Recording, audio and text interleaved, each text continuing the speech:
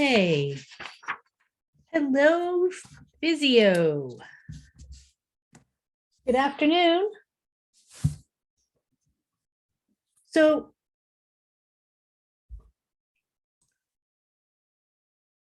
I see a lot of people are kind of maybe not in the best mood to come to Physio Zoom this afternoon, but that's okay. Unfortunately, Ventura College has decided that we're going to stay remote for a couple of more weeks. So hopefully we'll be back in lab on February 14th. Now, this is going to cause a lot of changes to the lab schedule, and that's not settled yet, exactly which labs we're doing when. And it's also going to screw up the grading scheme, because I laid out how this was going to be graded, assuming that we were going to be in person. So for now, there are going to be 2 assignments every week. There will definitely be a presentation. Other than that, as soon as I know for sure when we'll be back in person, I will juggle things around and let you know what's going on.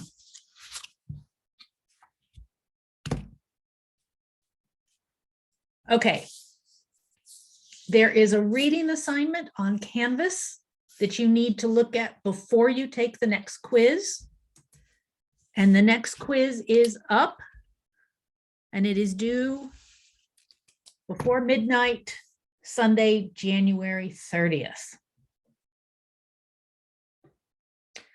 So what we're going to talk about today, we're going to briefly talk a little bit about cells, specifically looking at mitosis.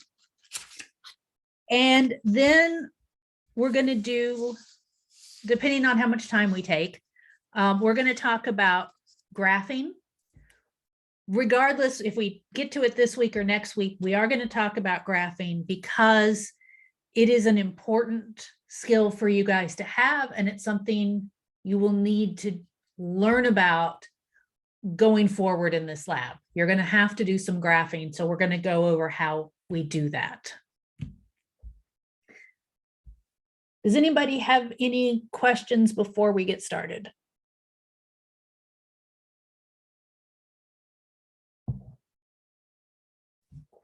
All right. So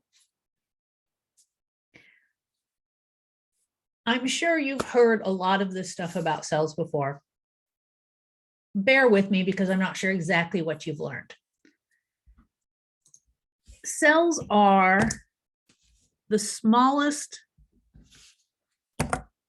thing considered living. They are the basic building block of our bodies. They do all the work, whether that's digesting food, muscle contraction, detoxifying the blood. All of the functions of the body depend on a healthy, functioning cell. And cells have some critical functions that all cells need to do. They have to regulate the material that enters and leaves the cell. They have to convert food into cellular energy. For plants, food, there's some nutrients they get from the soil, but there's also sunlight and carbon dioxide, which they convert into sugar, and then they convert that sugar into cellular energy. Our cells, we eat food, we break it down into components that then get used to make cellular energy. And our cells have to be able to manufacture proteins, carbohydrates, lipids. Lipids are fats, same thing there.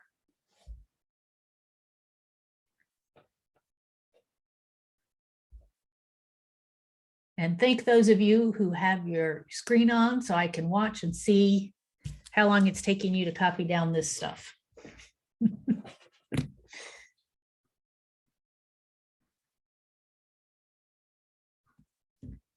Now, this is what a real cell looks like. Now, it's false color. The colors are there to make it easier to see. We wouldn't really see these colors if we were looking at a cell this close, but it's an electron micrograph of a cell that's been colored. This is the plasma membrane. And you can see all of these things embedded in the plasma membrane, all these different colors. These are proteins. There's some extracellular proteins and carbohydrates out here. And then inside, we can see a few parts of the cytoskeleton.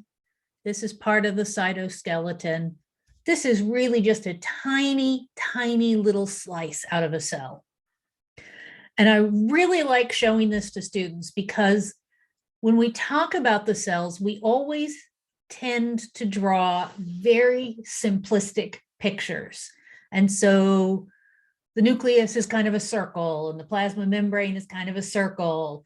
And we tend to not realize that when we are talking about the cell and we're talking about, for example, materials moving along the cytoskeleton. So here's a little carrier that's going to carry stuff along the cytoskeleton. We just think of one little carrier moving along, and really there's tons of them. They're all over the place, and there's thousands and thousands of copies of each molecule, multiple copies of each organelle, except usually the nucleus. There's just a lot more stuff there crammed into the cell. It's really tightly packed with stuff.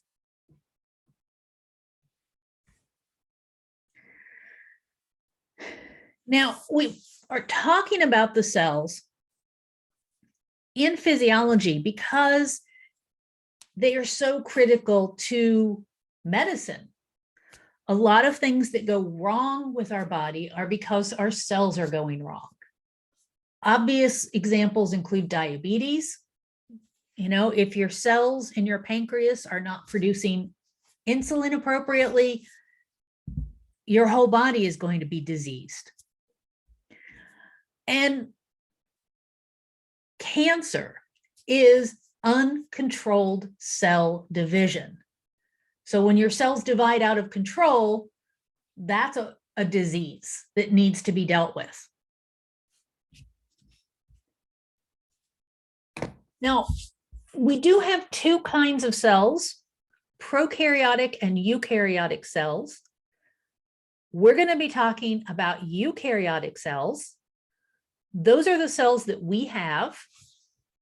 When you look at the word eukaryotic, EU means true. Anytime you see a scientific word with EU, that means true.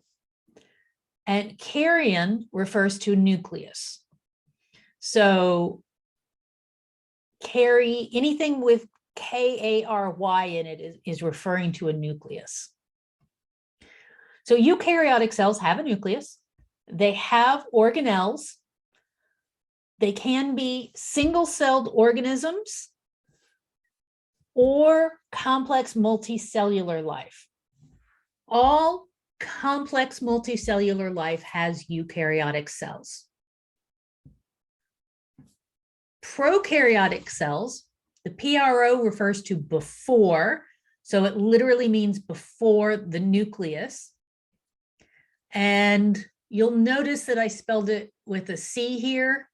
I prefer it with a K, but you might see both eukaryotic and prokaryotic with a C. Prokaryotic cells, no nucleus. We're talking about bacteria and archaea. They're generally single-celled organisms.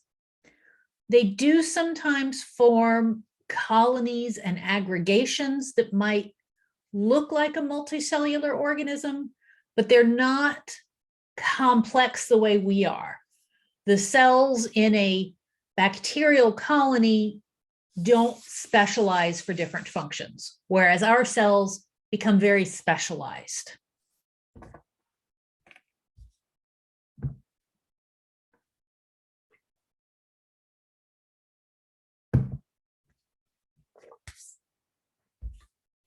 Okay, so now we're going to look at pictures of cells that are more like what you're used to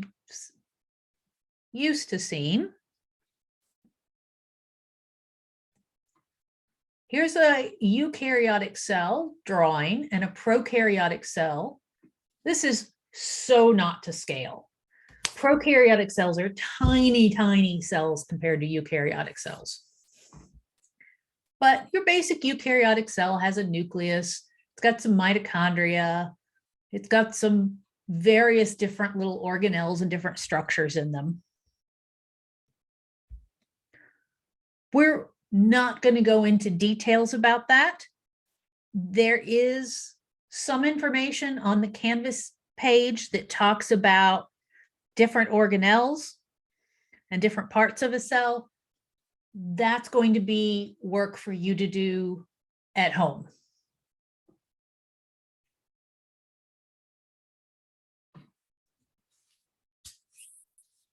Within the human body, our cells are very specialized. Each type of cell has specific functions, and they're going to have specific shapes, and they're going to contain specific numbers of organelles based on their functions. For example, muscle cells, they specialize in being able to contract, and because they use so much energy, they're going to have huge numbers of mitochondria compared to, say, bone cells, which once you're done growing, they don't do a lot. They still do stuff, but not very energetically, not very quickly.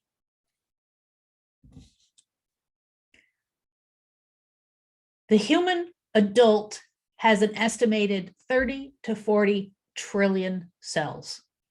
This is a number that's, way over our heads, really, really, really hard to understand. So I've given you some information here to kind of help you understand the scale of this. If we think about time, it takes 12 days to go through 1 million seconds. If you want to go through 1 billion seconds, that's 32 years. Billion is so much bigger than million. We tend not to realize that when we're talking about these numbers. And 1 trillion, almost 32,000 years.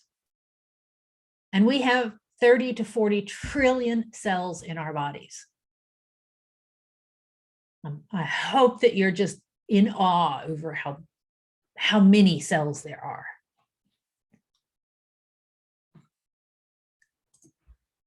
So what we're really going to focus on today is cell division. Cell division is also called the cell cycle. Those are basically the same thing. And this is when one cell divides to become 2 cells.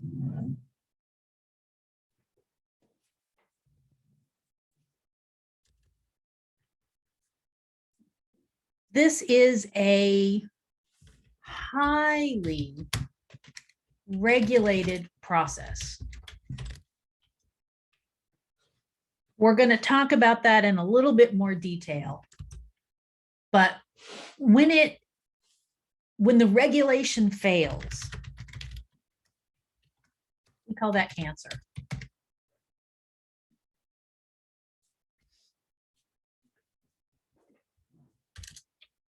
During cell division, the cell has to grow. It has to double the number of organelles. copy the DNA and store up energy for the process of division.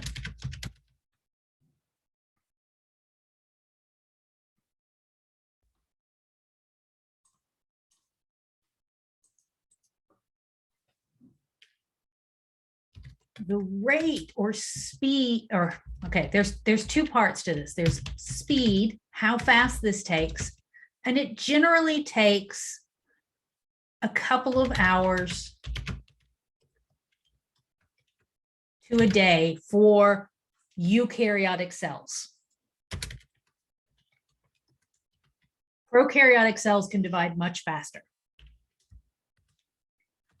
How often cells divide depends on where they are in the body,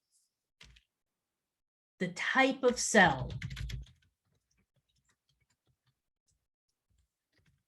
Skin cells, cells of the digestive tract, divide frequently.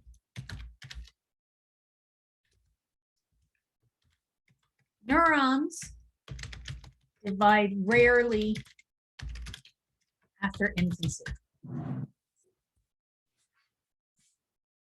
Why do skin cells divide frequently? Why do we need to have frequent cell division there? Is it because it's our first contact? Sorry. Oh, I was gonna say, is it because they get damaged? You're both right. It's because it's much more prone to damage, and it is our first contact, our first line of defense against infections, for example. Because the skin is exposed to the environment, it can get scratched, it can get exposed to UV radiation and get sunburn. All kinds of horrible things can happen to your skin. But your skin is there to protect the rest of your body, the parts of your body that can't divide as frequently and repair damage as quickly. Now, I don't know how to pronounce names, so I'm just reading off. Aiden, I think you said first line of contact. That was Jesse. That was me, Jesse. Jesse, okay. That is also why our digestive tract cells have to divide frequently, because they are also against infection. When we eat food, we're bringing in foreign material that potentially has bacteria, viruses, parasites, all of that kind of stuff. And that, combined with exposure to digestive enzymes, can cause damage. So we have to replace that as well. Good.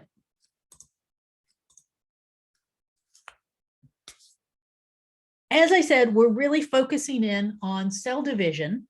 And when cell division was first described, the different stages were identified by looking at cells under the microscope.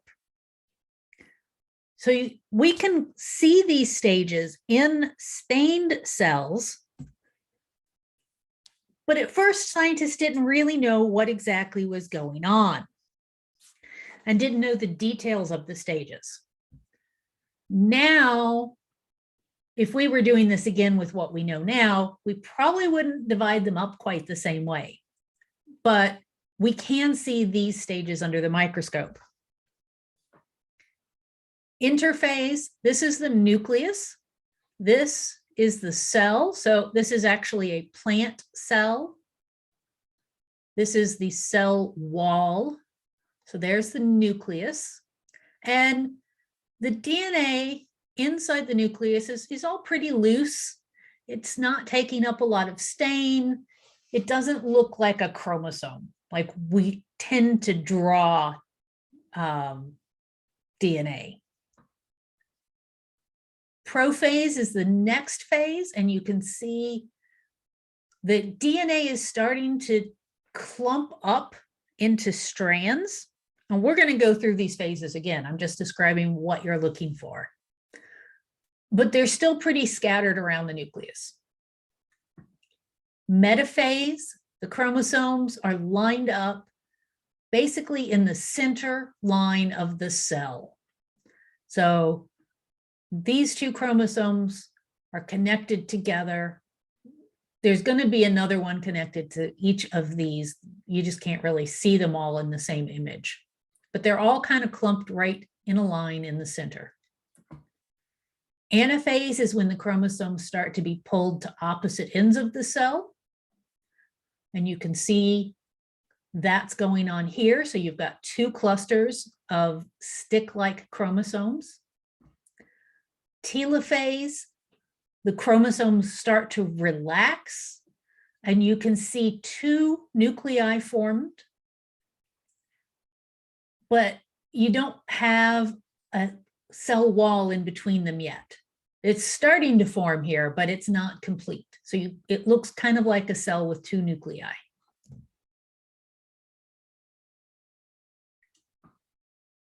And amazingly, I'm going to have to fiddle with this for just a second.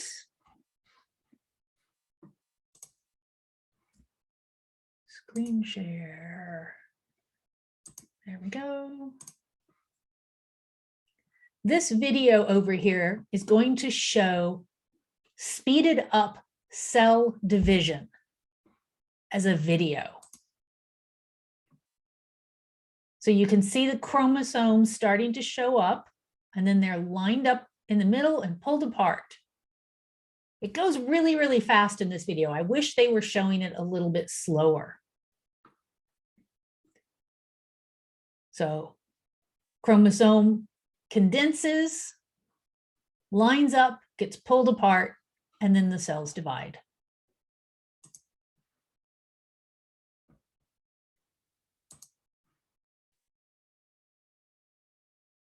There we go.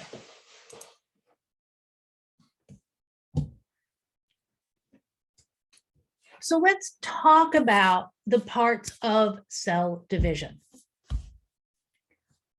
We're going to start by talking about interphase.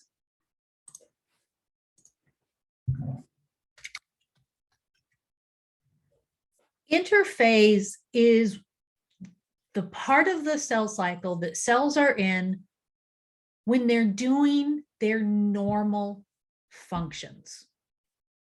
So they're just kind of sitting around making digestive enzymes or breaking down alcohol from the blood or contracting in muscles.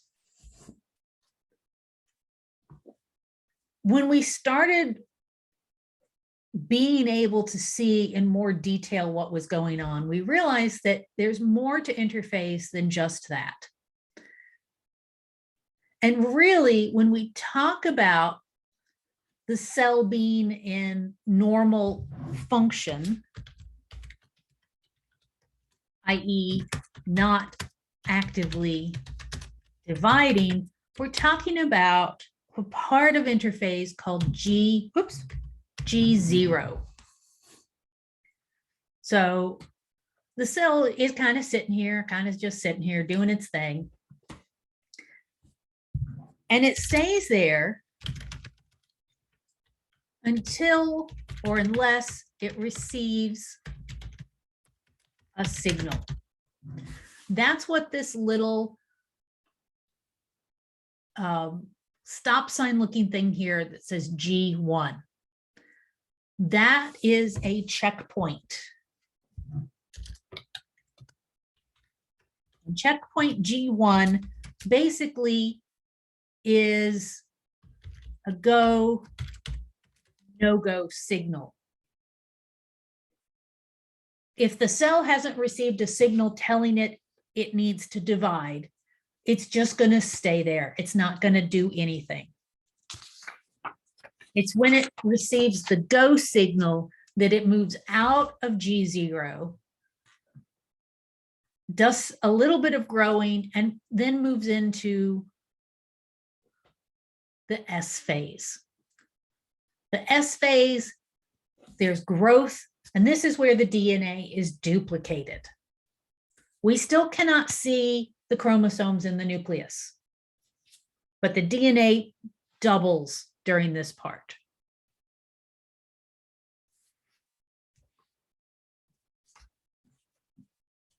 Then it moves into another phase where it's doing some more growth, storing up energy and that sort of stuff. And here's another checkpoint. Now, there are more checkpoints than the ones drawn here. We're just giving you these as an example.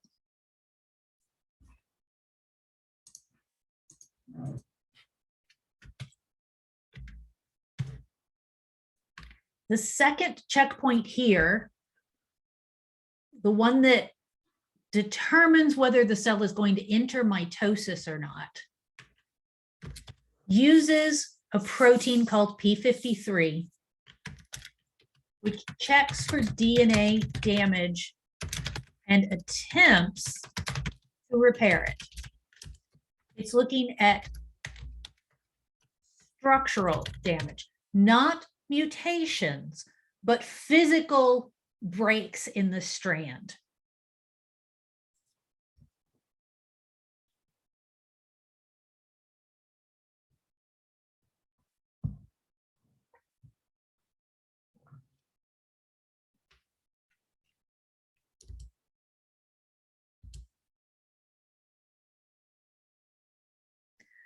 And P53 is really, really important. It turns out it's a very important protein in cancer research. So huge percentages of lung cancer and colon cancer have genetic mutations in this gene. So genetic mutations in P53 often, not always, but often lead to cancer.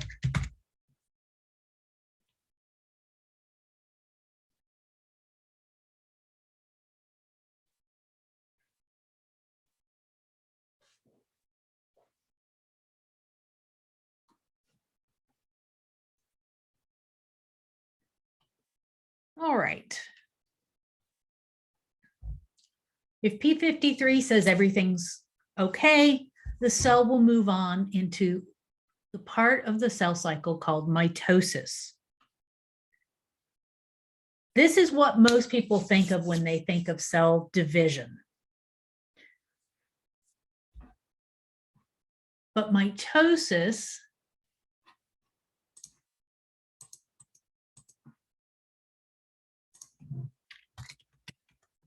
is division of the nucleus. It's just part of the cell cycle.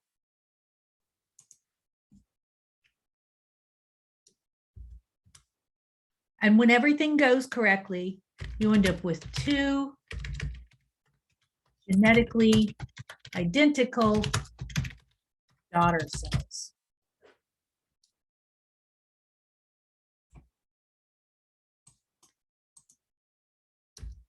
And mitosis ends with cytokinesis. Cyto refers to cell. Kinesis is movement.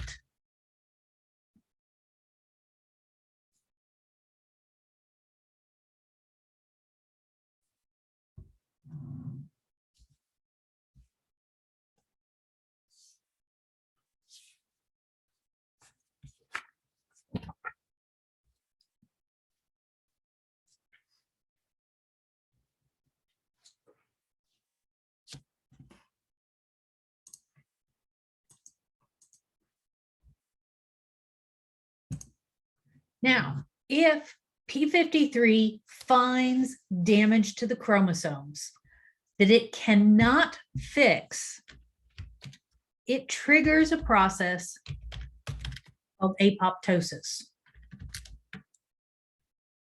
Anybody heard of apoptosis before? Looks like not. Apoptosis is also sometimes called programmed cell death. And it is a process where the cell, it kills itself. And it does it in a careful way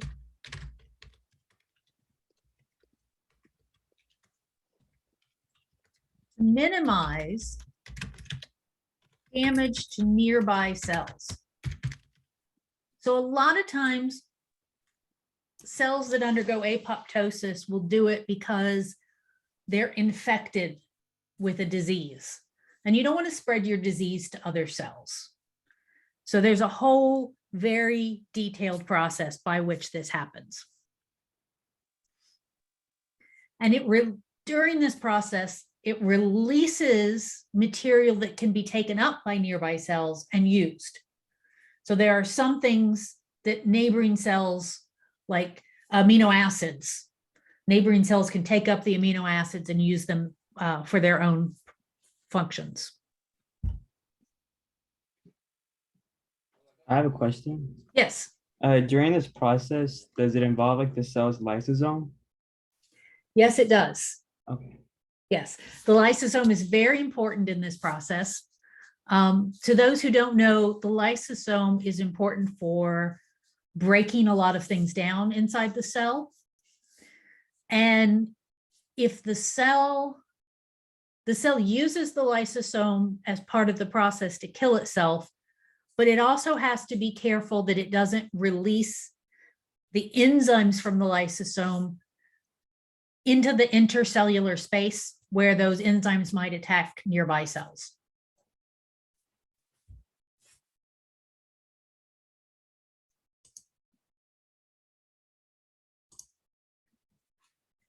And so we're not going to worry too much about the process here. But apoptosis, it's a normal process in multicellular organisms. And I've talked about it reducing cancer risk. We're trying to stop cells from becoming cancerous. It limits the spread of viruses in particular. But it also occurs during embryonic development. So when your hand is developing as an embryo, there is initially webbing between all of your fingers.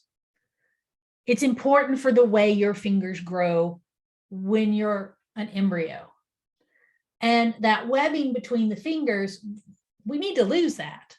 We don't want or need to have that once we're born.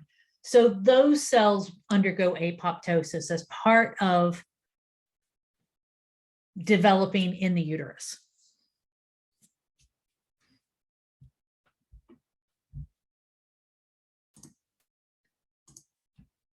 All right.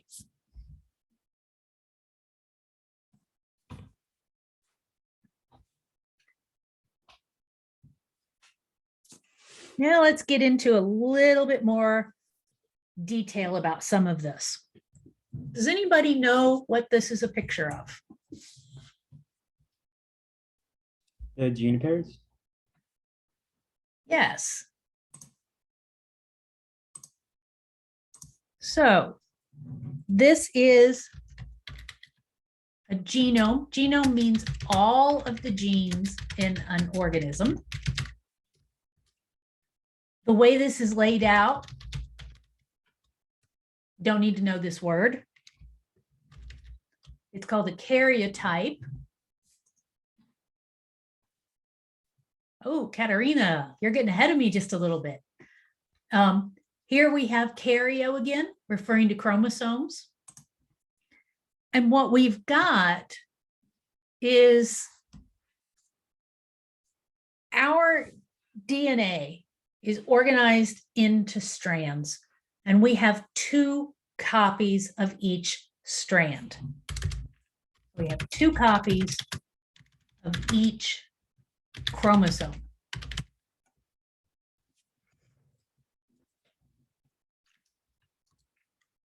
When we talk about our cells and most animal cells, we say they are diploid. They have 2 copies of each chromosome. When you see diploid, that DI refers to 2. Ploid refers to the number of chromosomes.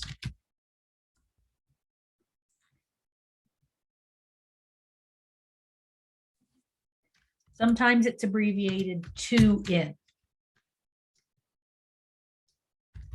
There are situations where you will see triploid or tetraploid.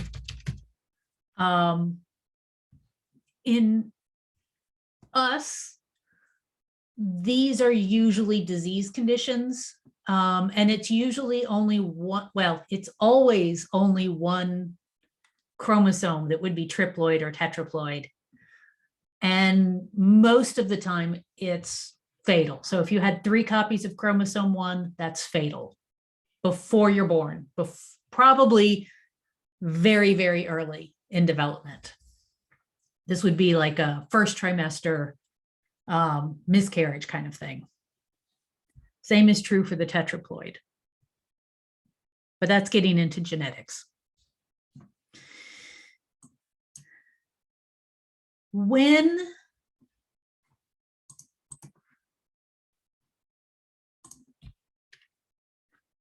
we form gametes, gametes are the sperm and eggs, the reproductive cells.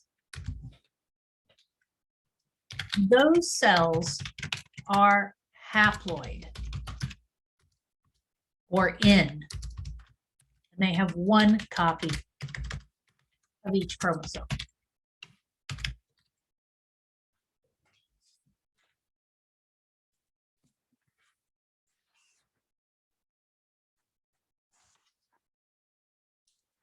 Now the image here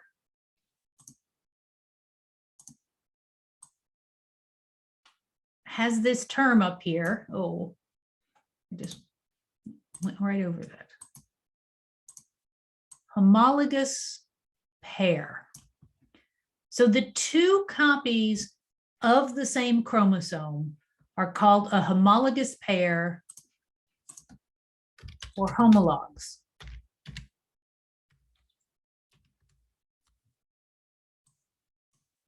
And I think I misspelled homologs.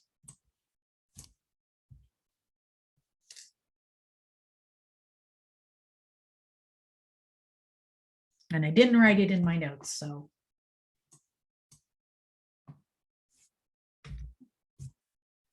It might be spelled a little bit different.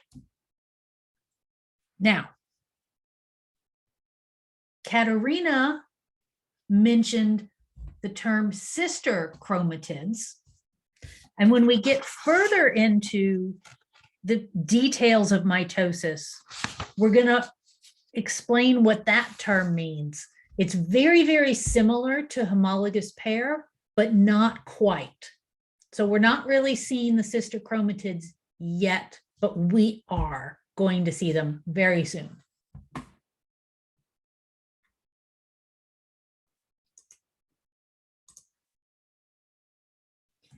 When we talk about the homologous chromosomes, oh, one more thing before I leave that. Notice that most of the chromosomes are numbered, except for down here, X and Y. These are our sex chromosomes. X and Y is male, of course. The number indicates the specific chromosome, and it always goes in the same order.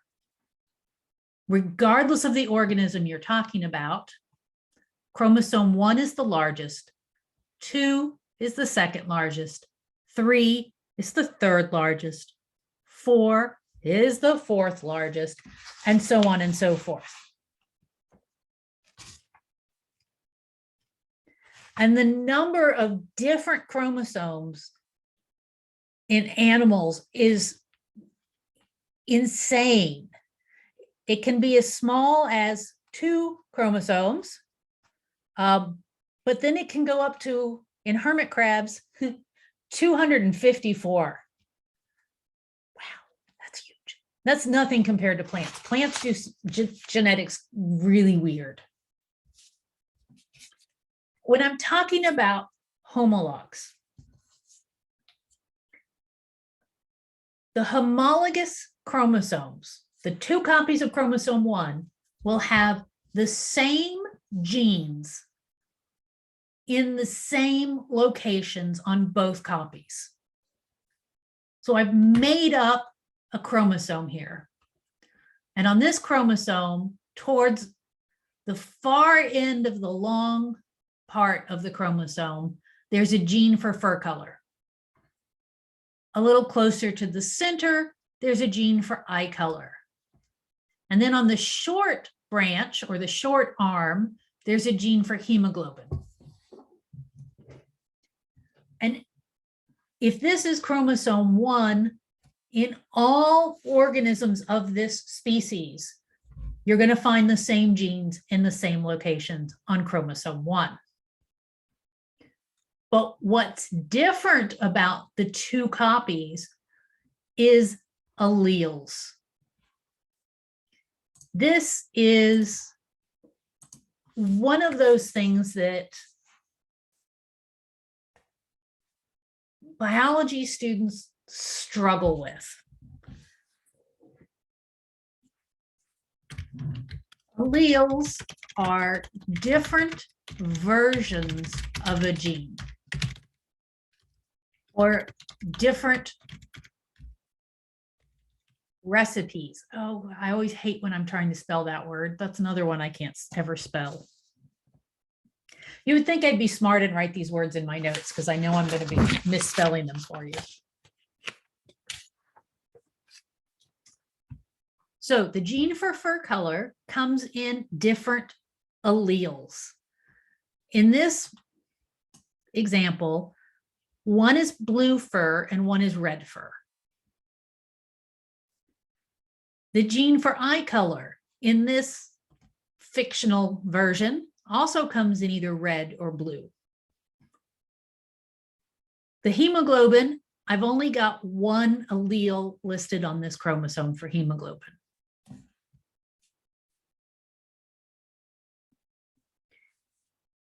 If you've studied genetics and they talk about dominant and recessive versions of a gene, they're talking about the alleles. I will tell you right now that the dominant recessive thing is extremely simplified. And when it comes to human genetics, it's so much more complicated than that. So for example, we've got,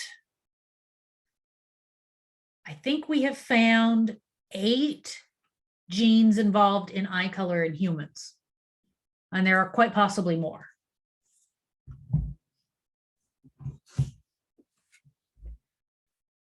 So when we talk about alleles, some genes will have lots of different alleles. Some genes won't have very many. So I put hemoglobin here because hemoglobin is not changed very much between individual people. Most people on the entire planet have the exact same allele for hemoglobin. If you have a mutation in hemoglobin, it tends to cause a lot of problems. The best known condition where the hemoglobin allele is different is sickle cell anemia.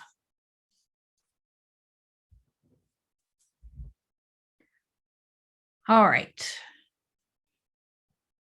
How's everybody doing here?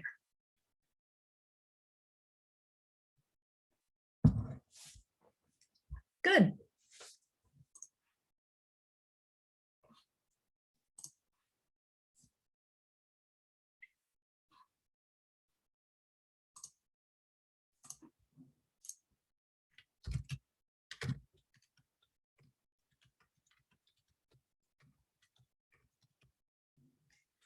So when DNA is being read in the cell and you're making messenger RNA from it and using that to make proteins, it's in what's called a relaxed state. So when we look at cells under the microscope and we're looking at the different stages of mitosis, the chromosomes look like this kind of stick structure. That is called condensed. So condensed is when the chromosomes are visible by microscope.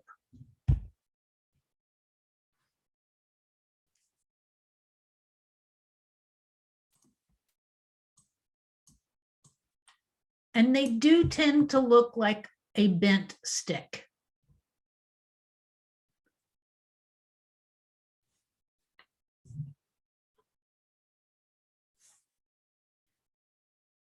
It's not always readily visible under light microscopes, but they do have a long arm and a short arm with a bend in the middle. When we are looking at chromosomes under the microscope, we're seeing a lot of what we're really seeing is around 50% proteins. And those proteins are called histones. So if you took the relaxed version of DNA from one of your cells, it would be longer than your entire body is tall. So we have to wrap it up in such a way that it fits neatly inside the cell. And the histones are how we do that without having that strand of DNA get tangled. So it's a way to pack the DNA into the nucleus.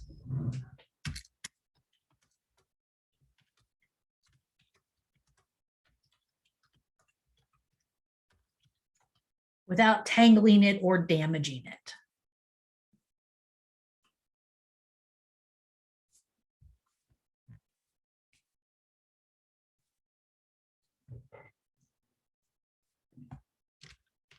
And these proteins are so critical for cell function that there's very little difference between them in different organisms. You could take a histone protein from a pea plant and put it in your cells, and it would function. And your cells would be able to function normally with it.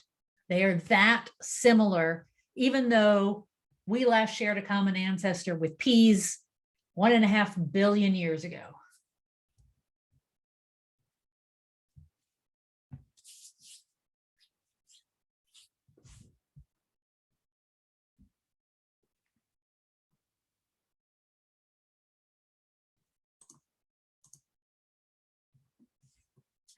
Now,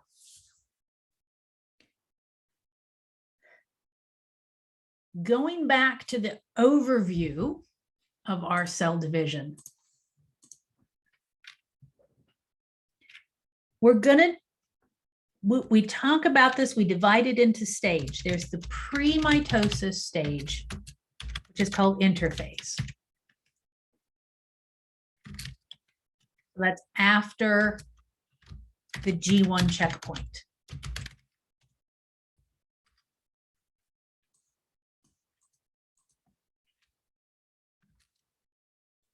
And that's the cell getting ready.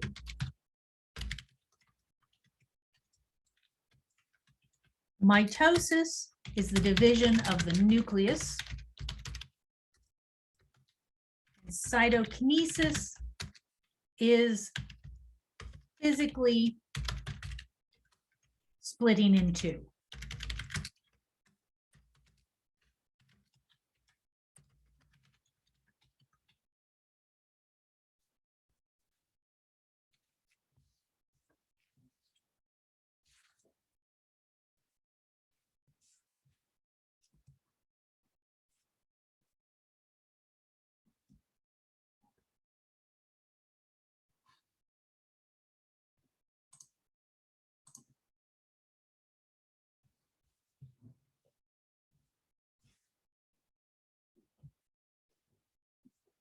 We're going to divide the mitosis. We're going to talk about the mitosis part, and we're going to divide it up into a series of steps. The division between the steps is kind of arbitrary. And a lot of times when we look at images of mitosis under the microscope, it's obvious, it's not obviously in one category or another. We have to make copies of our chromosomes. So we have our homologous chromosomes, we duplicate them. This is where we get the sister chromatids. So sister chromatids are genetically identical. Homologous chromosomes, same genes, but they can have different alleles.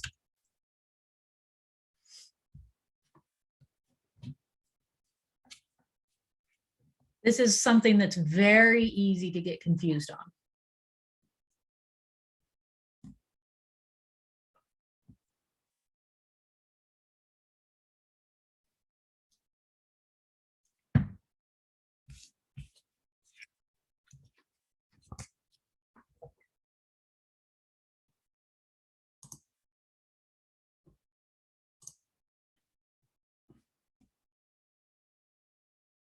All right.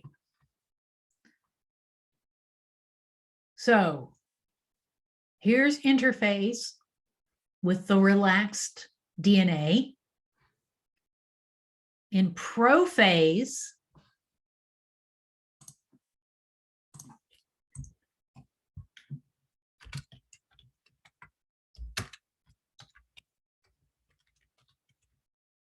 the chromatin has condensed into chromosomes.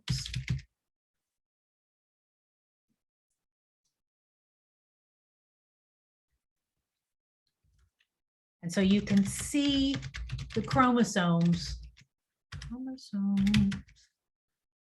but they're just kind of floating around the cell. They're not in a specific location yet.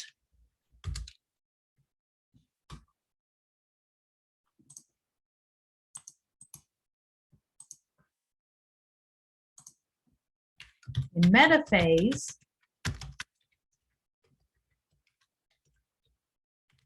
chromosomes are lined up in the center.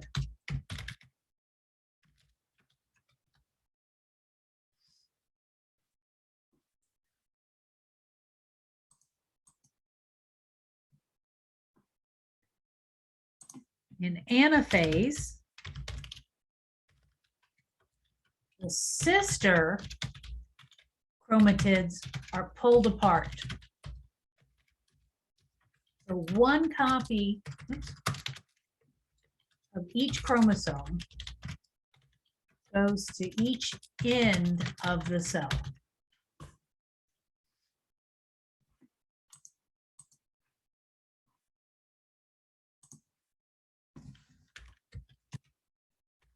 In telophase, new nucleus starts to form.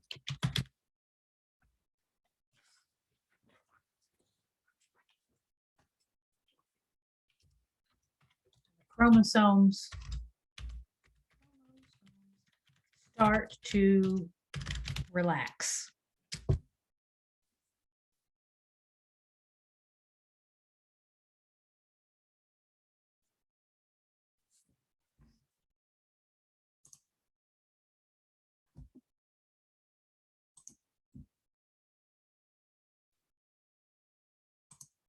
Now, if we were in lab, we'd be looking at slides and I'd be walking around making sure everybody knew what they were looking at.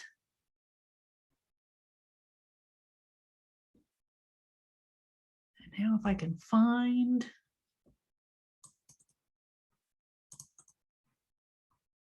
here we go. But we can't, so we're going to try and do it as a class, looking at pictures on the screen.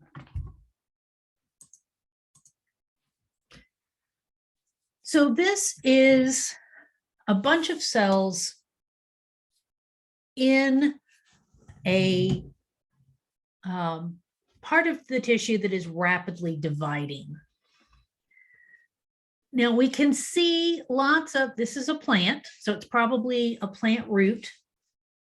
These very solid walls, each one has a nucleus. You can see one or sometimes two little dark structures inside the nucleus. That's the nucleolus. And then we can see cells that look like this. This is prophase, as is this one. You can see the chromosomes, but they're not organized in any way. In fact, there's a lot of prophase cells here. This one would be, this one would be. Then the chromosomes line up in the center of the cell, which is this one right here. They kind of look like they're all clumped in the middle and all lined up the same way. They get pulled apart in anaphase. So you can see they're starting to get pulled to either side. Remember I told you how they're kind of a bent stick? The part where there's a bend, that is the part, that's where the cytoskeleton elements are attached to pull that chromosome. So the chromosome can bend there, and that's why it has this kind of look like it's being pulled from the center, because it is being pulled from the center. And then here we have the chromosomes starting to relax in two different parts of one cell. You can start to see a new cell wall forming here, but it's not complete. Now, take a look at this one.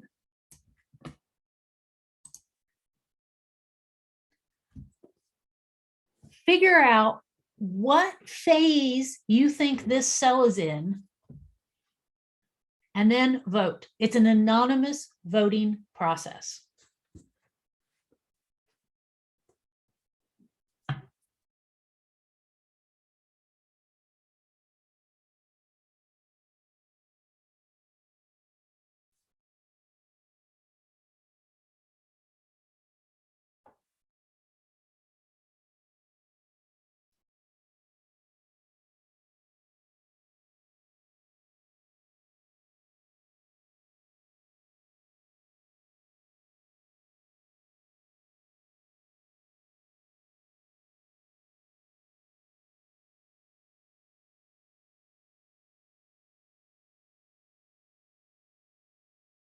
Just about 10 more seconds.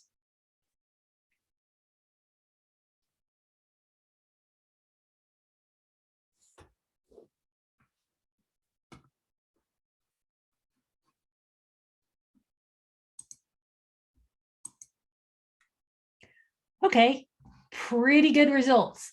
This is metaphase. All the chromosomes are lined up at the center. For those who said anaphase, I see you, And yeah, you could argue that this is very, very early in anaphase. The chromosomes look like they're starting to be pulled apart, but they're still kind of tangled up together. So if this were a quiz situation, I would accept either metaphase or anaphase.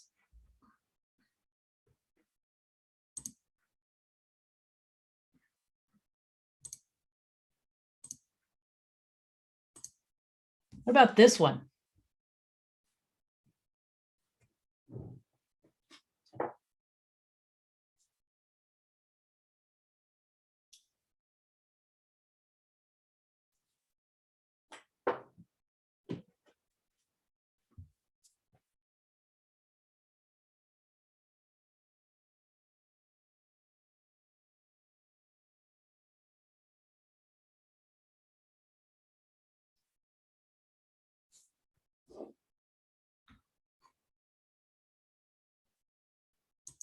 Okay. Awesome. This is prophase. You can see the chromosomes, but they're just kind of scattered around the nucleus. Man, either you guys are better at this than the Wednesday lab, or I'm explaining it better now, the second time through.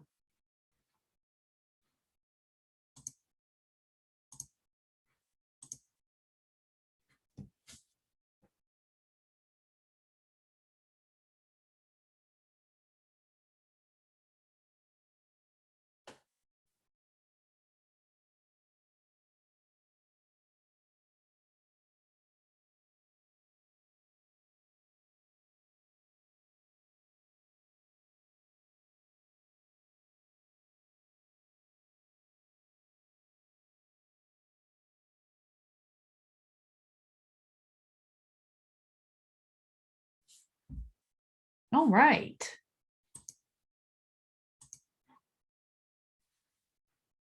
Really good. Yes, this is telophase. I can see where it would be easy to think anaphase, but we're starting to see a cell wall form here in the center. And I can see why cytokinesis, because you're seeing this cell wall in the middle. You guys are making my point that these phases kind of blend from one to the other one.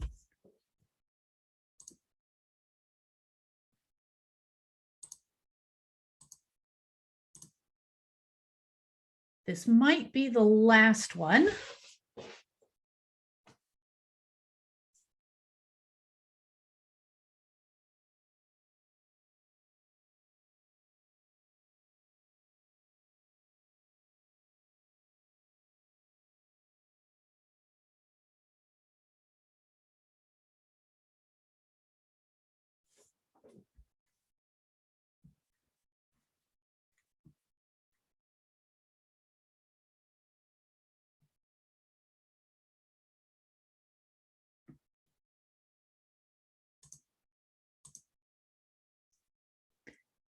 Okay, you guys are just rock stars. This is definitely anaphase. You can tell the chromosomes are slightly apart from each other. I don't see any sign a cell wall is forming here, so I wouldn't call this cytokinesis. I would definitely put this in anaphase.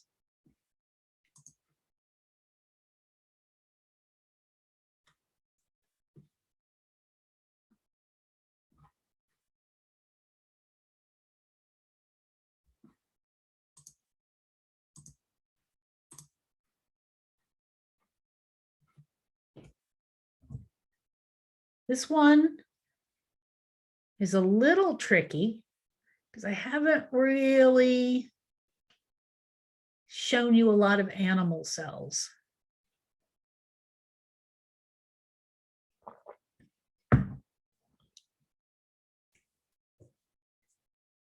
And I can see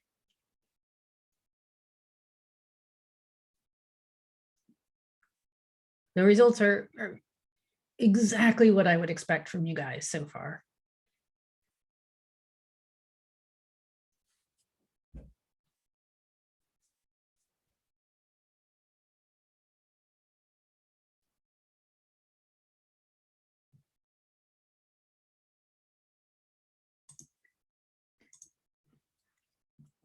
So this one is telophase. You can see very clearly the stained nuclei. There's 2 of them. I'm not really seeing a cell wall or anything starting to form in here. I know there's some stuff in here, and I know that can be confusing, but that's not really starting. If it was starting to be cytokinesis, there would be either a line going this way, or we would see the edges of the cell indenting. Great.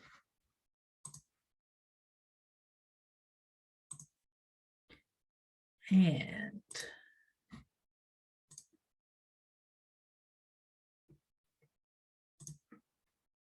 for some reason, I misplaced an image. I want to let me go here because I didn't show you, and I don't know where the slide went. An image of cytokinesis.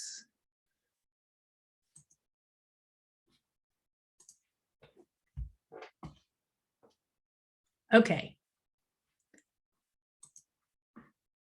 So these are animal cells. This one's a little bigger. There we go. And when animal cells start to do cytokinesis, you can see the cluster of chromosomes. And this is the outer membrane of the cell starting to dip into the center, where eventually it will pinch off and divide this into 2 cells. This is a false color image at the very end of cytokinesis. You can see how the cell membrane, the plasma membrane, dipped in and eventually closed off between the 2 sides.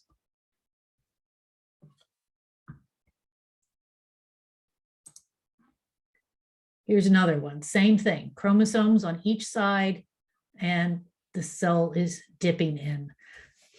When we look at animal versus plant cells, cytokinesis looks pretty different between the 2 of them. Because in plant cells, you don't see the dipping in of the plasma membrane. You see the formation of a new cell wall in between. So that can be confusing if you've only seen, as I only showed you examples of plant cells.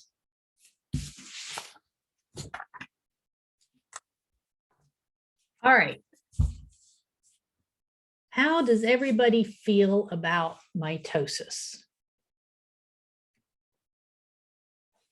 Looks good. Excellent.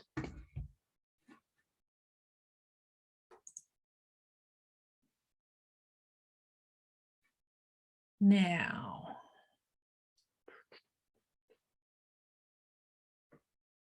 give me a second. Let me make sure. Okay.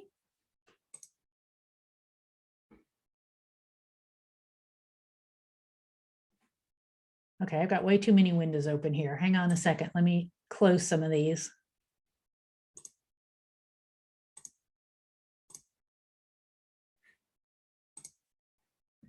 There we go. All right, so that is cells. When we get back into lab, we will spend some time doing microscopy. Microscopy is a very, very valuable skill. Normally I would have done it with cells, but you know, times are crazy. What I want to start talking about now, and we might finish this might be nice and short, is visualizing data. So for most people, it is easier to see what is going on from a graph or some kind of visual representation rather than looking at a bunch of numbers. I'm a number nerd, but a lot of people aren't. And even for me, if you've got too many numbers, it can be hard to figure out what's going on. So well-made graphs and graphics are very important for science communication. This is an image from August of last year, looking at COVID case fatalities across the US.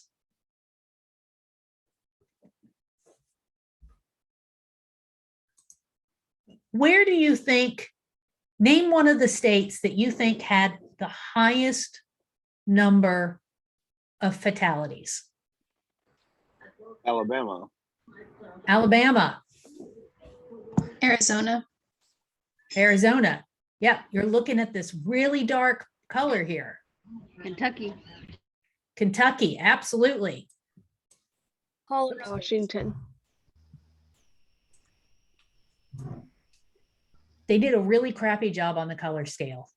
This dark one, that's not the highest number of cases. This color is the highest number of cases. Very confusing graphic. There's another problem with this graphic. Is it the colors are too similar? The colors are too similar, yep. But other than the color, what other problem might there be with this graphic? Where do you think? It doesn't take into account population. Yes, it doesn't take into account the population. Of course, California, Florida, New York, and Texas are going to have some of the highest total numbers, but those are the states with the highest population. Wyoming, Vermont, Maine, those are some of the lowest population states. So it doesn't really tell you how well the state is doing because it's not taking the population into account.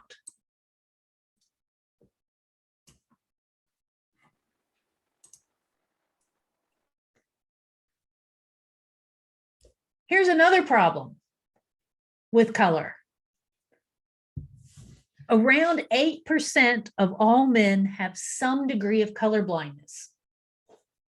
So when you're making color graphics, what you might be able to see a difference between this color, this color, this color, but not everybody can. I mean, when you look at this one, these tomatoes look like they're pretty much the same color as these, and these, you know, all look kind of the same, but these look kind of more like these, maybe. I don't know, you know, it's not always easy to tell.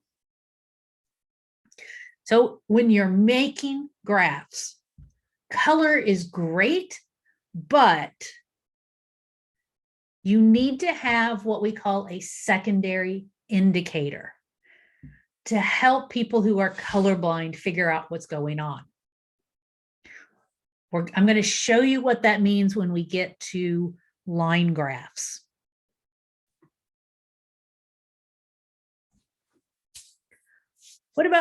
What type of chart? This is a pie chart.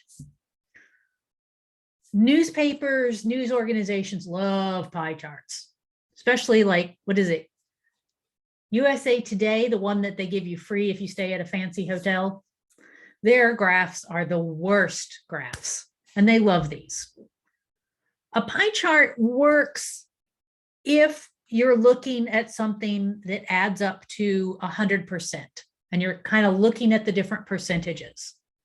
So you forget somebody's name. Most people would wait for somebody else to say the name. Some people would try and guess the name and get it wrong. Hi, wait till we get in lab in person.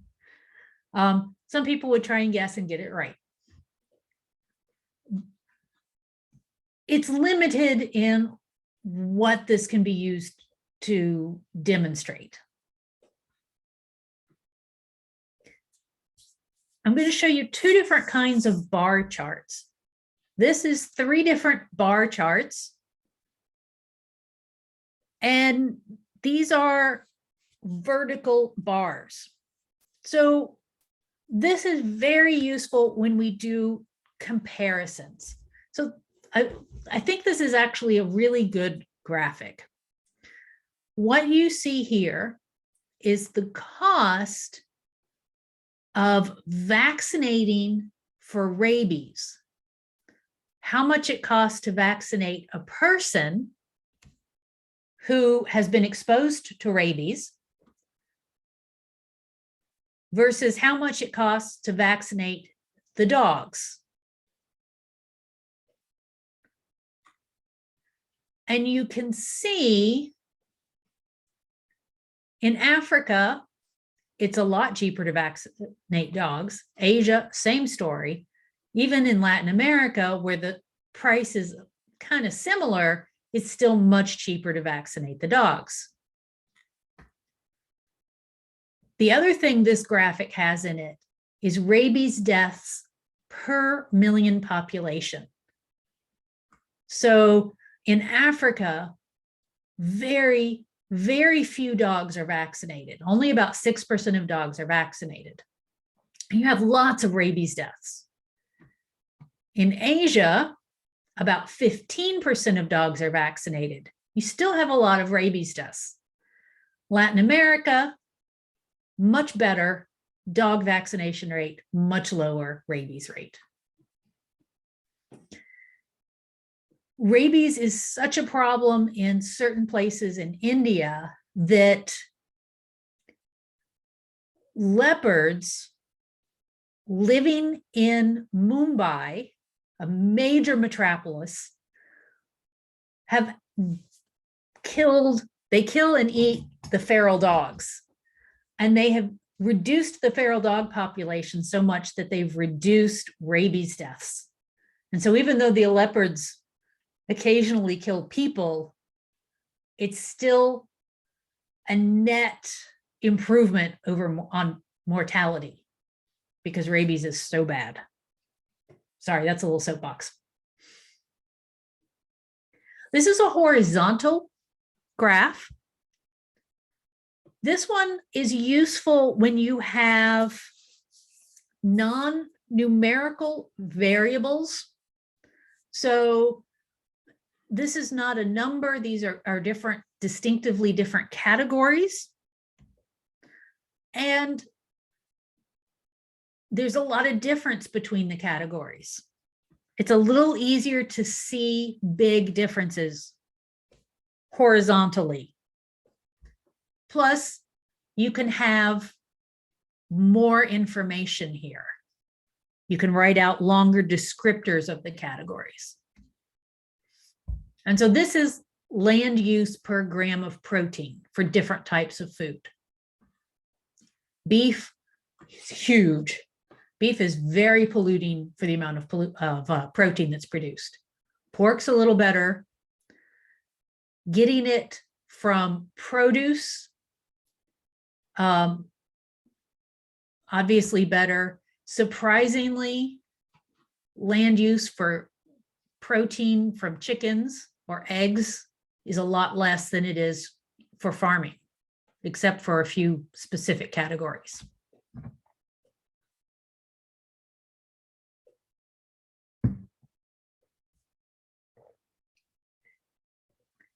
This is a line graph.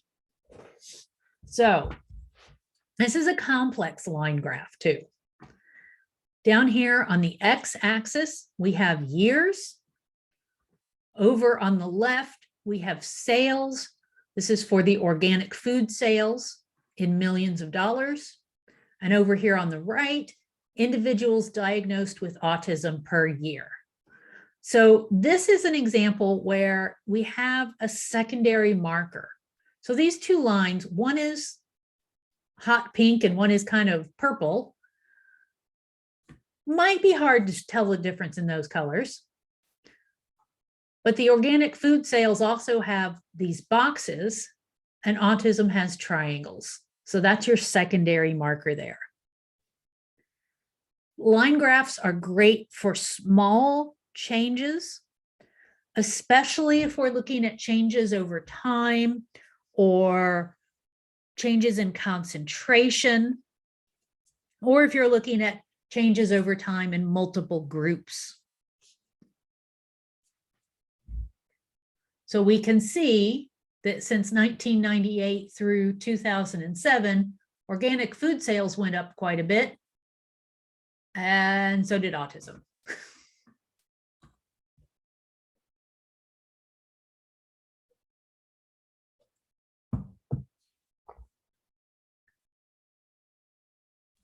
Now, what is this graph showing?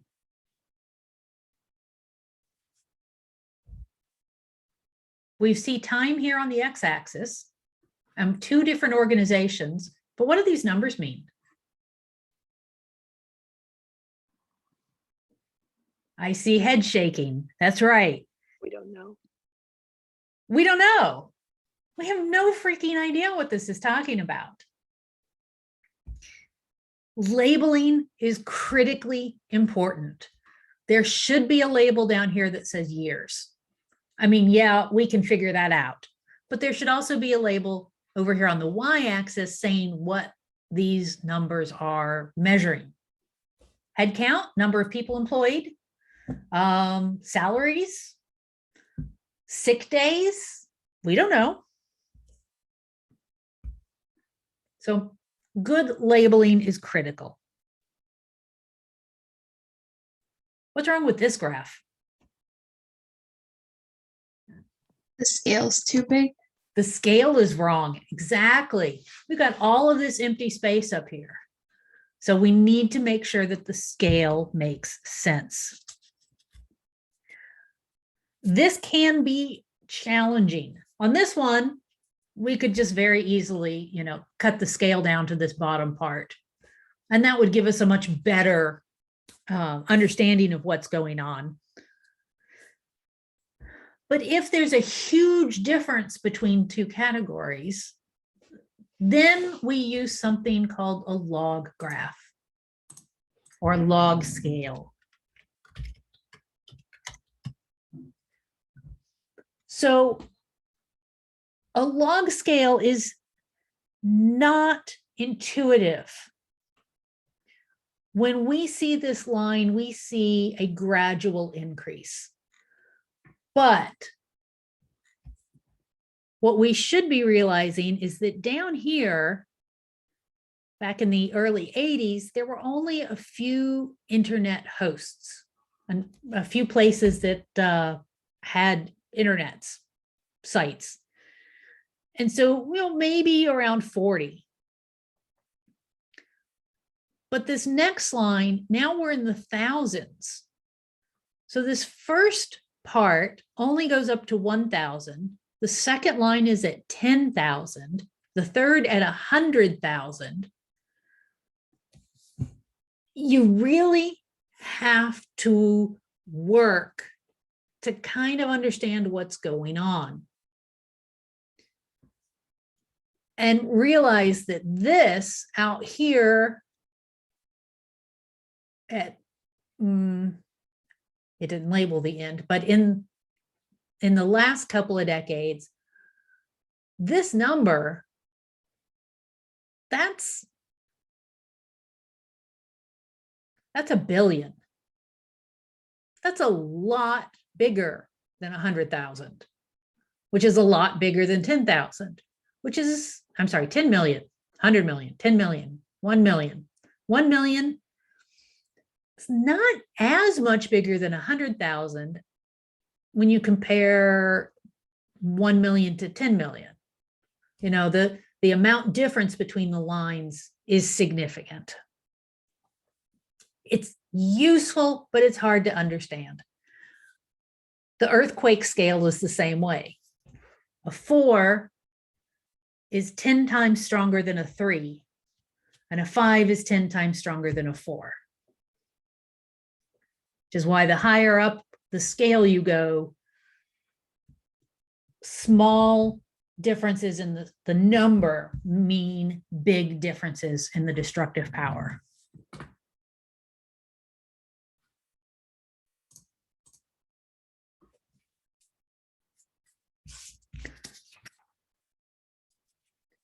You guys done significant figures before? Yeah. Yes? Okay. Do you hate them? Yes.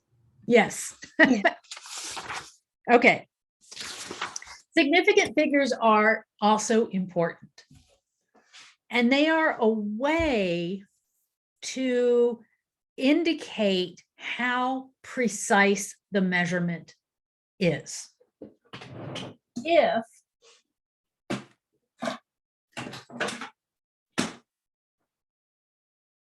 my husband took my ruler out of my drawer, if you've got a ruler that has marks at every centimeter and you measure something, you can kind of guess it's going to be, 3 centimeters or 3.5 centimeters, but you can't really get more precise than that. If it's got millimeter marks, you might be able to say it's 3.3 centimeters because you can actually see that measurement. And that's what significant numbers are telling us. And there are 5 rules for significant figures. All non-zero numbers are significant. Zeros between 2 non-zero numbers are significant. Leading zeros are not significant. Trailing zeros to the right of a decimal place are significant. Trailing zeros in a number with a decimal shown are also significant. So let's look at these. How many significant figures in that first number? 6. 6, exactly. Anybody recognize it? Pi. Pi. Pi. How many significant figures in this one? 4. 4. Anybody recognize that number? Avogadro's number. Oh, good job. I thought I was going to fool you with that one. How many significant figures here? 3. 3. That one's just a number. How about this one? 1. 1. You guys are 1. good. You have learned this. How about this one? 5. 5. 5. How about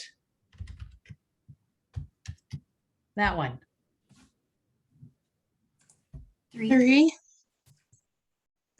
That's 3, exactly. These numbers are just telling you how small that number is.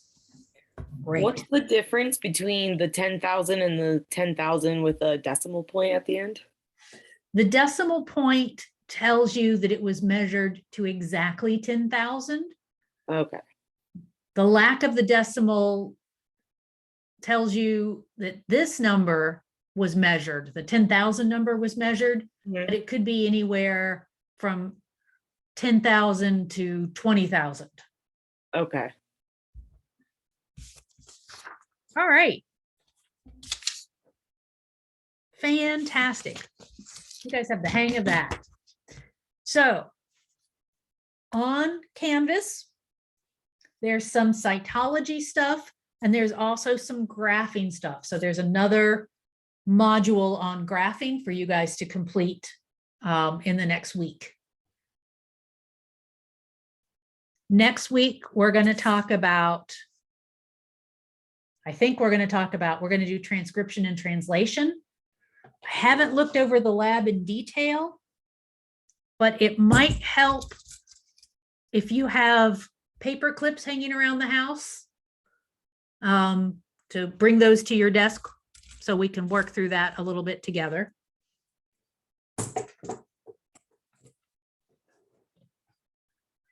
On the 7th of February, we're still meeting by Zoom, and we're going to talk about dilutions. And then on the 14th, I really hope we're going to be back in lab and I'll get to meet you guys face to face. Anybody have any questions? Yes, I have a question. Okay. How do you want us to do the lab? Like the paper? Like, what is it that you're looking for? The presentation? Yeah, I don't know if it's this class or the chemistry class. I don't know if I'm confusing it. Yeah, we're not doing a paper, we're doing a presentation, and that's not even going to be started until after spring break. Oh, okay. So it's not due anytime soon. Okay. I had a question about the lab notebook about. Yeah, that one, the lab notebook. That's the one that I want to. Oh, okay. Yeah, I was wondering, so you know how the lab notebook instructions, it says it needs to be organized a certain way? Yeah, Should our first 2 weeks of class, should they be looking like that? Materials and methods, results? Nope. Discussion? Okay, until we are in person, everything you need to turn in is going to be assignments on Canvas. got it. Okay, thank you. You're welcome. Yeah, we're all confused with oh, we're going to be in person. No, we're not. Oh, we're going to be back at this time. No, we're not. Professor, I have a question about the notebooks. Yeah, I know for the labs and just how she just mentioned, but are we allowed to create a lab notebook in a 3-ring binder form? yes. Okay. You can do them digitally. You can do them in a 3-ring binder. I don't care. Okay, thank you. You're welcome.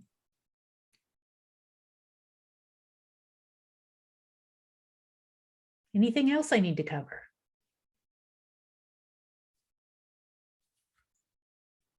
All right, in that case, we'll call it a day.